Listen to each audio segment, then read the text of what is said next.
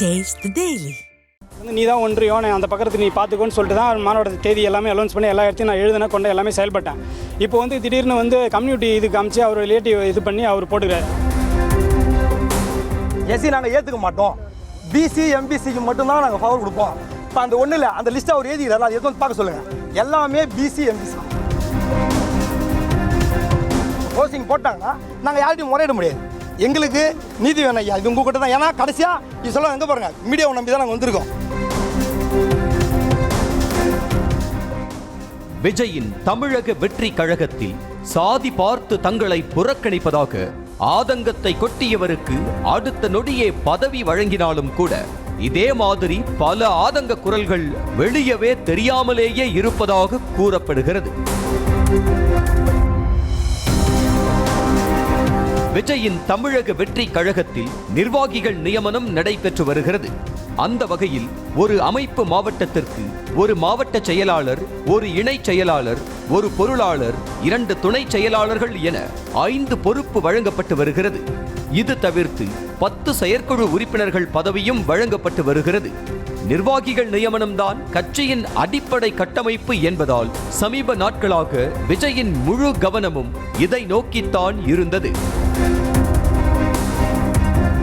அந்த வகையில் மாவட்ட தலைமையில் வரும் 5 பொறுப்புகளில் ஒரு துணை செயலாளர் பதவி மகளிருக்கும், மற்றொரு பதவி பட்டியலின சமூகத்தைச் சேர்ந்தவர்களுக்கும் ஒதுக்க வேண்டும் என்பதுதான் விஜயின் திட்டம்.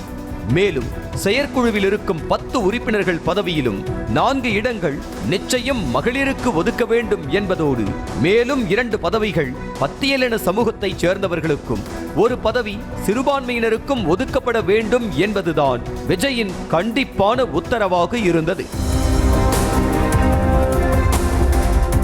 அனைத்து சமூகத்தினருக்கும் பிரதிநிதித்துவம் கிடைக்கும் வகையில் விஜய் போட்டு கொடுத்த இந்த ரூல்ஸ் தான் கீழ்மட்டமான கிளை முதல் மேல்மட்டமான மாவட்டம் வரை ப்ளூ பிரிண்டாக கொடுக்கப்பட்டது.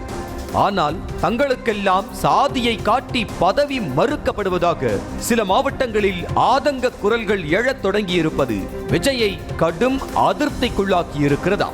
சாதியை அடிப்படையாக வைத்து பதவி மறுக்கப்படக்கூடாது என்பதற்காகத்தான் பட்டியலின சமூகத்தைச் சேர்ந்தவர்களுக்கும் பொறுப்பு வழங்க வேண்டும் என விஜய் உத்தரவு போட்ட நிலையில் சில இடங்களில் அந்த உத்தரவு பின்பற்றப்படவில்லை என்பதுதான் கள நிலவரமாக இருக்கிறதா? ஏனென்றால் மாவட்ட பொறுப்பில் மகளிருக்கு ஒரு இடமும் பட்டியலின சமூகத்தைச் சேர்ந்தவர்களுக்கு ஒரு இடமும் வழங்க வேண்டும் என விஜய் கூறியிருந்த நிலையில் அதற்கு மாறாக கணக்குக்கு பட்டியலின சமூகத்தைச் சேர்ந்த மகளிர் ஒருவருக்கு பதவியை கொடுத்துவிட்டு மற்றொரு பதவியை தங்களுக்கு விசுவாசமானவர்கள் பெயரில் எழுதிக் கொள்வதாக கூறப்படுகிறது. இதே மாதிரி செயற்குழு உறுப்பினர்களுக்கான நியமனத்திலும் விஜயின் உத்தரவு பின்பற்றப்படவில்லையா? பல வருடங்களாக விஜயோடு பயணித்து வருபவர்களோடு சேர்த்து பட்டியலின சமூகத்தினருக்கான பதவியும் புறக்கணிக்கப்படுகிறதா? அனைத்து சமூகத்தினருக்கும் இடம் கிடைக்க வேண்டும் என்ற விஜயின் நோக்கத்திற்கு சில இடையூறுகள் வருவது ஒரு பக்கம் இருக்க, அதில் இன்னொரு சிக்கலும் இருப்பதாக கூறப்படுகிறது. அதாவது சில அமைப்பு மாவட்டங்களில் குறிப்பிட்ட சமூகத்திலிருந்து நிர்வாகிகளை தேர்ந்தெடுக்க நினைத்தாலும் போதிய அளவில் ஆட்கள் இல்லாததும் விஜயை 2 மடங்கு அதிருப்திக்குள்ளாக்கி இருக்கிறதா? புதிதாக இணைந்தவர்களுக்கு பொறுப்பு இல்லை என்ற ரூல்ஸும் கண்டிப்புடன் பின்பற்றப்பட்டு வருவதால் அப்போதிலிருந்தே விஜயோடு பயணித்தது என்பதோடு சமூக ரீதியாகவும் பிரதிநிதித்துவம் என்ற அடிப்படையில் நிர்வாகிகளை தேடுவதே தாவேகாவுக்கு பெரிய டாஸ்காக இருப்பதாக சொல்கிறார்கள். தற்போதைக்கு மாவட்ட தலைமை பொறுப்பில் இருக்கும் நிர்வாகிகள் மட்டுமே நியமிக்கப்பட்டு வருகின்றனர். இன்னும் கிளை, நகரம், பேரூர், ஒன்றியம் ஆகியவற்றுக்கான பதவிகள், சுற்றுச்சூழல் அணி, மாணவர் அணி, இளைஞர் அணி என 19 அணிகளுக்கான பதவிகள் இன்னும் நிரப்பப்படவில்லை.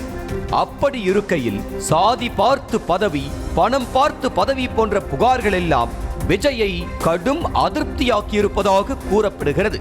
ஆகையால் நிர்வாகிகள் நியமனத்தை இன்னும் கவனமாக கையாள வேண்டும் என்ற முடிவுக்கு வந்திருக்கும் விஜய் பொறுப்பு கிடைக்காத அதிருப்தியில் இருக்கும் நிர்வாகிகளையும் அரவணைத்து செல்ல வேண்டும் என அறிவுறுத்தி வருகிறாராம்.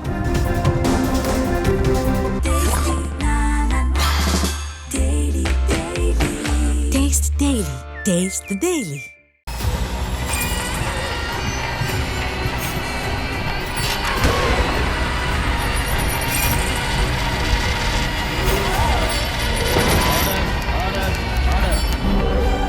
நிகழ்தகவு குற்றங்களின் மறுபரிமாணம் நாள்தோறும் இரவு 10 மணிக்கு இணைந்திருங்கள் நமது நியூஸ் தமிழ் தொலைக்காட்சியோடு.